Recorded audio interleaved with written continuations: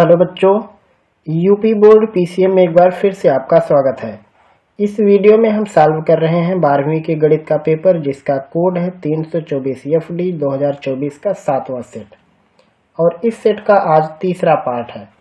पहले कुल 2 पार्ट को मिला करके हमने सवाल नंबर 6 के 5 खंड तक को हल कर दिया था। ये अंतिम सवाल है अवकल समीकरण के लिए। यहाँ तक हमने कुल 2 खंड को यानी 2 पार्ट को मिला के हमने इसको सॉल्व किया है। और आज के इस पार्ट में हम इसके आगे के सवाल लगाएंगे। तो ये जो सवाल नंबर 7 के दोनों सवाल हैं, ये सवाल पीछे के सेटों में लगाए जा चुके हैं, या फिर कह सकते हैं इस तरीके के बहुत सारे सवाल लगाए जा चुके हैं। तो आप वहां से ए इनवर्स निकालना और आव्यूह विधि से समीकरण हल करना सीख सकते हैं। साथ में हमारा मैट्रिक्स का जो प्लेलिस्ट है उसमें से जाकर के इस टाइप के सवाल लगाना आप सीख सकते हैं। तो हम इसको छोड़ दे रहे हैं। अगला सवाल है सवाल नंबर 8। निम्न में से किसी एक खंड को हल कीजिए। और इसमें एक 5 अंक का एक 3 अंक का 2 सवाल है। पहला है P का मान ज्ञात कीजिए ताकि जो रेखाएं दी गई हैं ये रेखाएं परस्पर लंबवत हों। तो सबसे पहले हम इन रेखाओं को लिखेंगे। तो ये है सवाल नंबर 8, इसका पहला और इसका भी पहला पार्ट।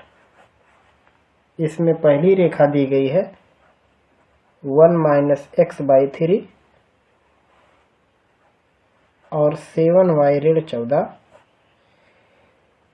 नीचे है 2p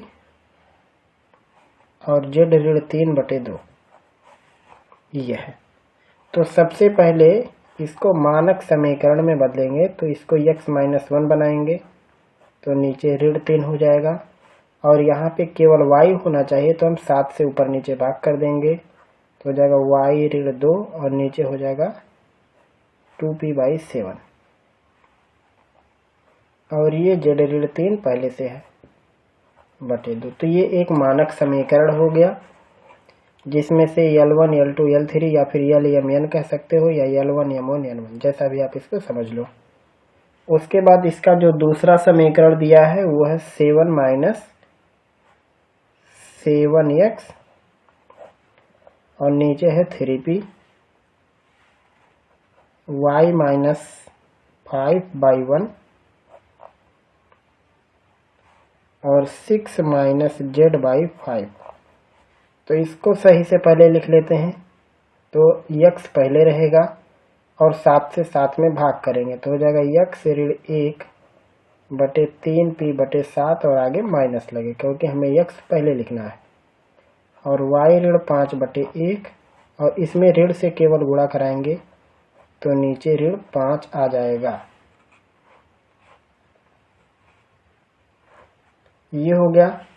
अब यहाँ पे अगर ये L1 M1 N1 है तो ये L2 M2 N2 होगा। अब कहा था बीच का कोण निकालो। तो बीच के कोण के लिए cos थीटा बराबर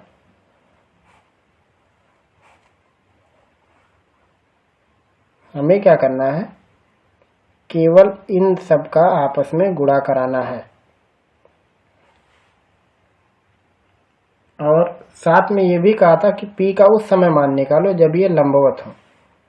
तो cos थीटा की वैल्यू निकालने का जो सूत्र होता है उसमें अगर थीटा 90 है, यहाँ पे लिख देते हैं, यदि थीटा बराबर 90 हो तो cos 90 का मान 0 होगा। यानी यहाँ पे हमें हर वाली जो पार्ट है यहाँ पे पार्ट जो कि अंडर रूट में L1² M1² N1² करना था वो हमें लिखना ही नहीं है।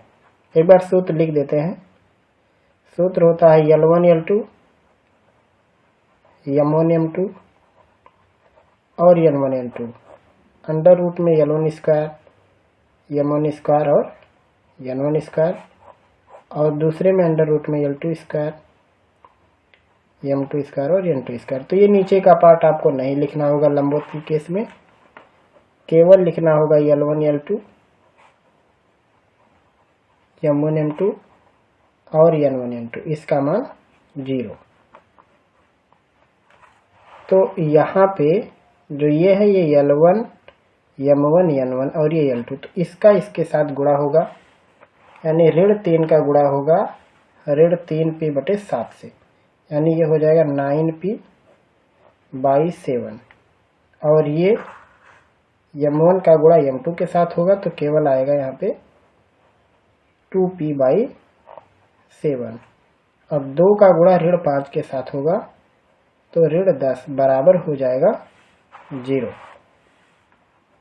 अब ऋण 10 को दूसरी तरफ कर देंगे और नीचे दोनों का हर बराबर तो हो जाएगा 11p/7 और इस तरफ ये हो गया 10, यानी p की वैल्यू हो जाएगी 70/11 और यही सवाल का जवाब होगा। यह है सवाल नंबर 8 का पहला पार्ट। अगला सवाल है सवाल नंबर 8 का दूसरा खंड।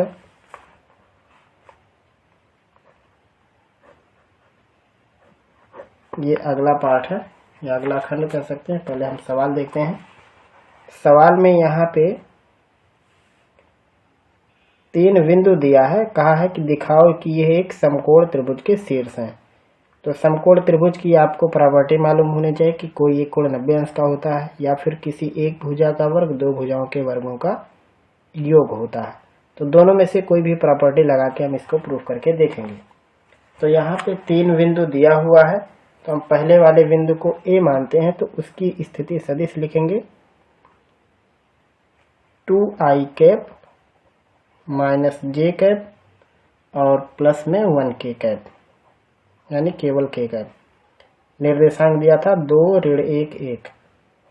और b की स्थिति सदिश के लिए हम OB वेक्टर बनाएंगे।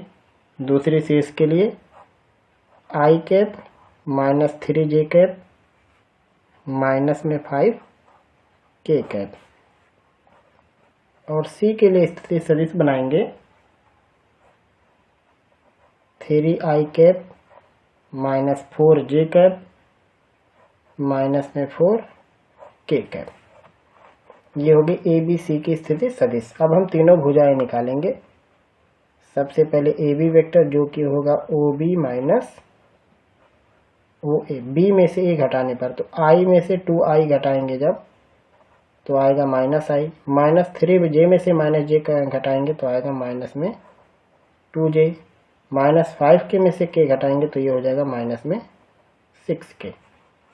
ऐसे ही BC वेक्टर निकालेंगे जो कि होगा OC माइनस में OB।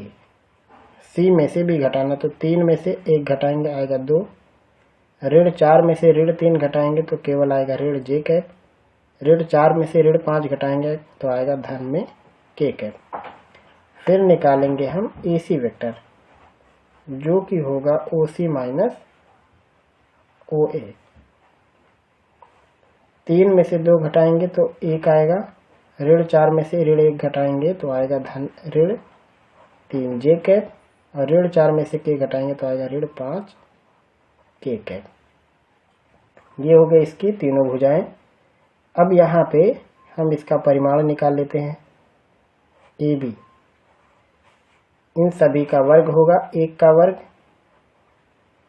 2 का वर्ग और 6 का वर्ग। 1 का वर्ग 1, 2 का वर्ग 4, 6 का वर्ग 36, 4 40 1 41।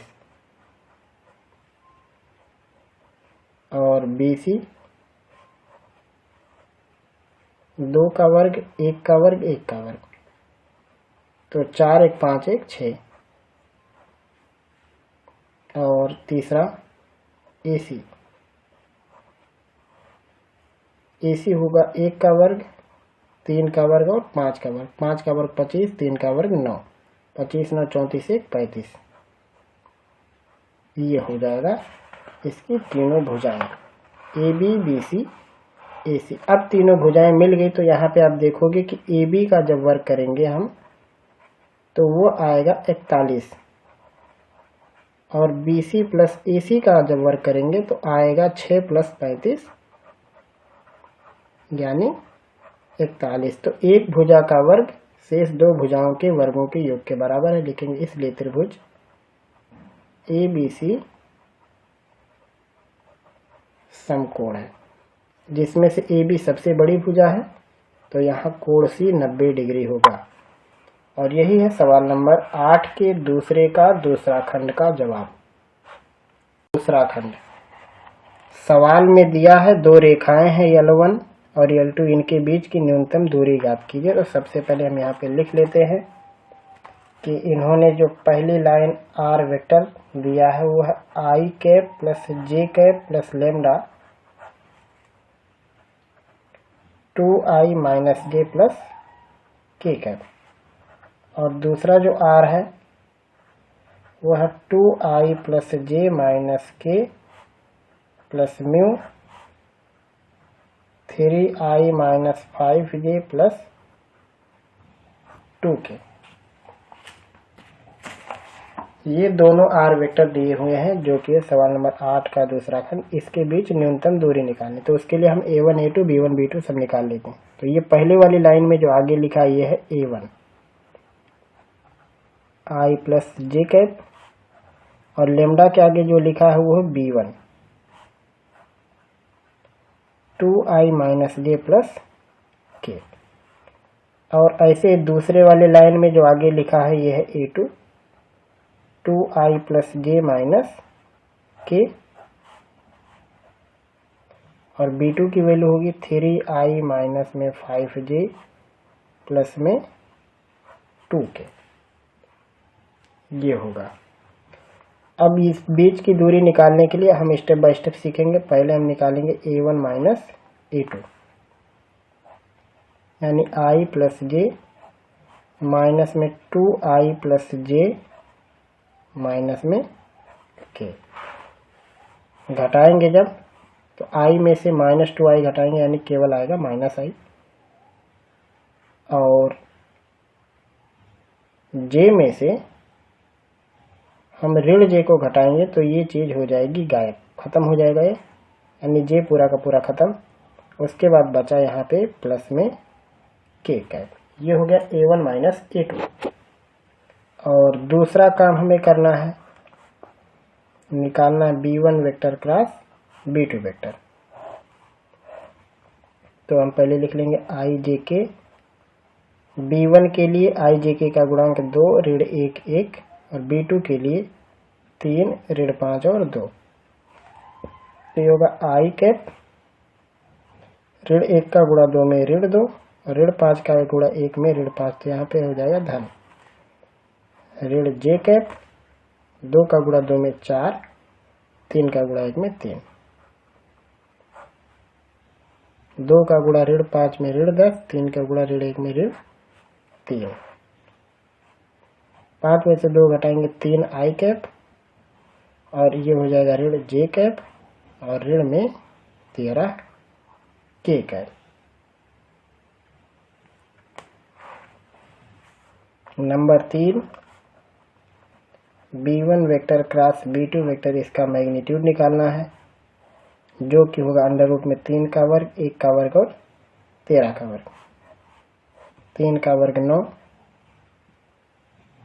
और 13 का वर्ग, ये 1 का वर्ग 1, 13 का वर्ग 169। 169 में 1 जोड़ेंगे 170 और 9 जोड़ेंगे 179। यहाँ पे एक चीज छूट गया, आपको ध्यान देना। जहाँ हमने के कैप लिया है वहाँ पे 2 पंचे 10 ऋण 10 होगा, लेकिन 3 करना 3, ये धन हो जाएगा। ये एक चीज छूट गई। तो 7 10 में से 3 घटाएंगे आएगा 7 यहाँ पे। तो ये हो जाएगा 7 का वर्ग, और यहाँ पे हो जाएगा 49। 49 एक 50 और 9 59। तो ये आएगा करड़ी में 59। ये थोड़ा सा चिन्ह लिखने में गड़बड़ी हो गई, तो ये करड़ी में 59 हो गया b1 vector cross b2 vector की। Step 4 a1 vector minus a2 vector जो कि पहले से निकल गया है, उसका डॉट गुणा कराएंगे b1 vector cross b2 vector के साथ। तो a1 माइनस a2 पहले से निकल गया माइनस i प्लस k, और डॉट गुणा कराना है b1 क्रॉस b2 से, यानी 3i minus j minus 7k से। i का गुणा i में कराएंगे तो हो जाएगा ऋण 3, और j है नहीं तो गुणा नहीं करना होगा। k का गुणा ऋण 7 में होगा, यानी 1 इधर और ऋण 7 उधर, तो ऋण 7 यानी ऋण 10। हमें केवल इसका मैग्नीट्यूड ही लेना है। तो न्यूनतम दूरी जो होगा उसका सूत्र होता है a1 माइनस a2 डॉट गुणा B1 क्रॉस B2 से बटे में मैग्नीट्यूड B1 क्रॉस B2 और इस पूरे का मैग्नीट्यूड। तो इसका मान 10 आया तो हमें धन में लेना और इसकी वैल्यू है करड़ी में 59, यानी 10 बटे करड़ी में 59 मात्रक या इकाई। यही इस सवाल का जवाब होगा। तो इस तरीके से आपको स्टेप बाय स्टेप निकालना है जब बीच की दूरी निकालनी होगी, और बिल्कुल सिंपल है ये। और 8 नंबर का आपका सवाल है, ये सवाल नंबर 8 का पहला खंड, ये सॉरी 8 का ये दूसरा खंड है।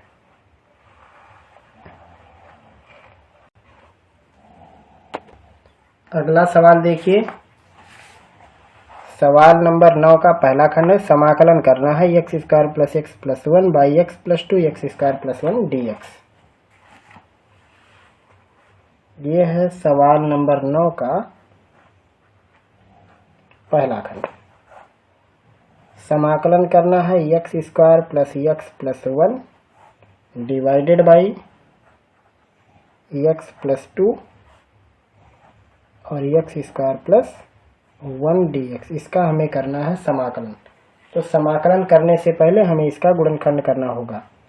तो हम ये मान लेते हैं कि ये चिन्ह नहीं लिखना है, x² + x + 1 बाई x + 2 और x² + 1। इसको हम मान लेते हैं कि ये होगा फैक्टर में a बाई x + 2 होगा और दूसरा होगा bx + c। जब नीचे 2 की पावर है तो ऊपर आपको 1 की पावर के लिए x लिखना होगा और यहाँ पे x² + 1। हम ये ऐसा मान लेते हैं कि इसका गुणनखंड करेंगे तो ऐसे ये 2 पार्ट में बनेगा।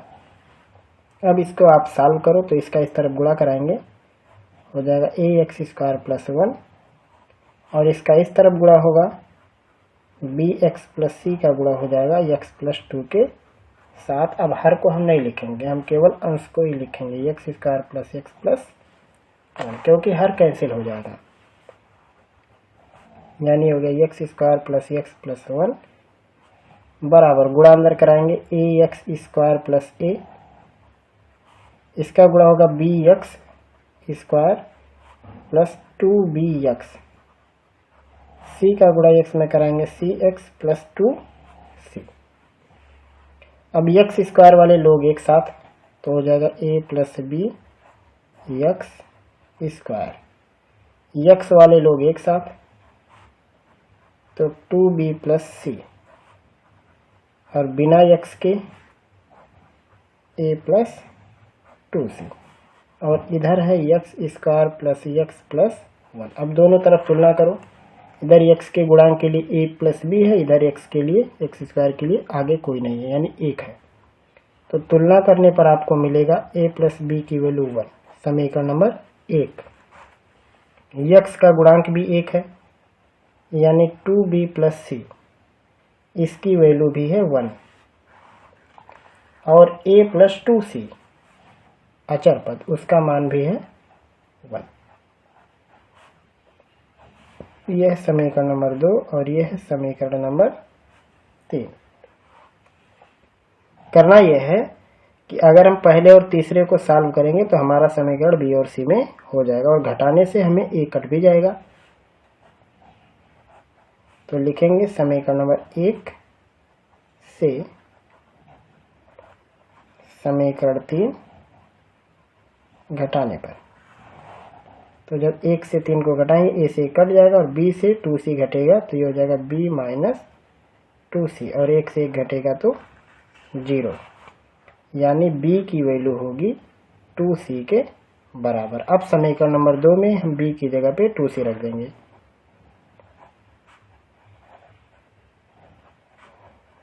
b बराबर 2c, तो b की जगह जो 2c रखेंगे तो 2 पहले से और p की जगह पे 2c प्लस c बराबर 1, यानी 2 दूनी 4 1 5, तो c का मान हो जाएगा 1/5।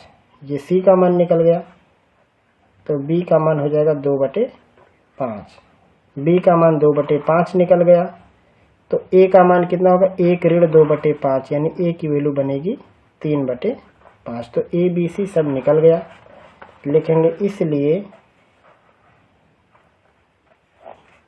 X square plus x plus 1 by x plus 2 और x square plus 1 D x. इसका मान हो जाएगा ए बटे था तो ए का मान आया 3/5, यानी हो जाएगा 3/5 एक्स प्लस 2 प्लस में बी एक्स प्लस सी। अब b की वैल्यू है यहाँ पे 2/5 तो हो जाएगा 2/5 एक्स और c की वैल्यू है 1/5 और नीचे होगा एक्स स्क्वायर प्लस में 1 dx। तो ये इसका फैक्टर करने के बाद आया। अब अगर इसको आगे सॉल्व करेंगे तो हमें उत्तर मिल जाएगा। फिलहाल हम यहाँ तक लगा चुके हैं, आप इसको लिख सकते हैं, उसके बाद दूसरे पेज में सवाल लगाया जाएगा। तो ये पीछे के पेज पर जो सवाल हमने लगाया था उसकी लास्ट लाइन को हमने यहाँ लिख दिया है।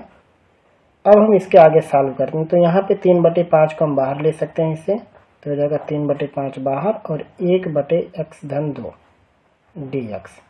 और इसमें से 1/5 को बाहर ले लेंगे जब, तो ये हो जाएगा यहाँ पे 2x और प्लस में 1 बचेगा। तो एक बार हम लिख देते हैं 2x और नीचे एक्स स्क्वायर प्लस 1 dx और एक बार केवल एक के नीचे लगा देते हैं एक्स स्क्वायर प्लस 1 dx।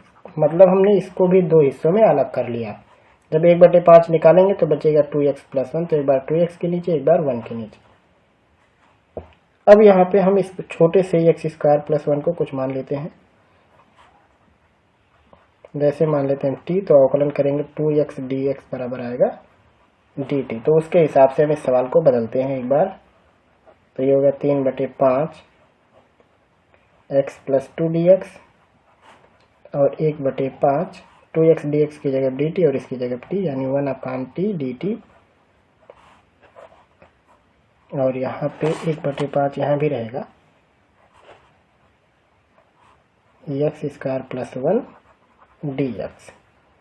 अब सबका समाकलन करो। 1/x का log x होता है, तो 3/5 log x-2, इसका होगा 1/5 log t और t का मतलब है एक्स स्क्वायर प्लस 1 और इसका 1/5 1 प्लस एक्स स्क्वायर है 1 बाई करके, तो इसका होता है tan इनवर्स, यानी होगा tan इनवर्स x और प्लस में c। और यही सवाल का जवाब हो जाएगा। ये है सवाल नंबर 9 का पहला खंड।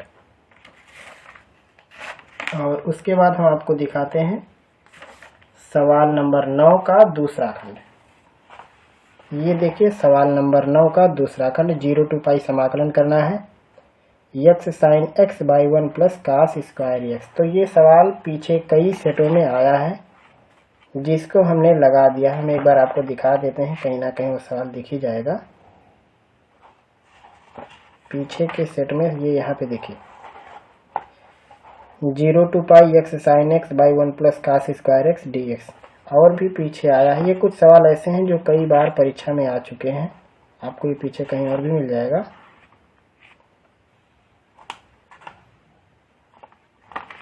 देखिए जो भी हमने आंसर लिखा है वही चीज़ यहाँ पे छपा है जो कि पीछे के सेट का है। और ये सवाल आप मिलाइए, सेम बिल्कुल वही सवाल है। तो सवाल बिल्कुल रिपीट होते हैं, कुछ चीज़ जहन में रहता है कि हमने इसको पीछे लगाया तो हम उसको छोड़ देते हैं। और हम वो सवाल आपको और दिखाते हैं, वो कई बार उन्होंने एग्जाम में पूछा इसको। यहाँ पे भी देखिए 8वें का दूसरा खंड। तो ये जो सवाल है काफ़ी इंपॉर्टेंट सवाल है, ये बहुत बार परीक्षा में 2024, 23, 22 के सेटों में आ चुका है। तो यहाँ पे समाप्त होता है आपका सेट 7 324 का FD सेट नंबर 7। और आज के इस पार्ट के साथ ही 2024 का अंशाल पेपर का सीरीज समाप्त होता है। और आज के इस पार्ट के साथ ही हमने कुल 7 सेटों के सभी सवालों को कंप्लीट कर लिया है। उम्मीद है कि आपने पीछे के सभी सवालों को सॉल्व किया है और आप क्रमवार हल करते हुए आ रहे हैं। किसी भी तरह की अगर आपको कोई दिक्कत होती तो आप हमसे पूछ सकते हैं। फिर मिलेंगे हम लोग जल्द ही आगे के टॉपिक में। तब तक पढ़ते रहिए, अपनी तैयारी और भी बेहतर तरीके से करते रहिए।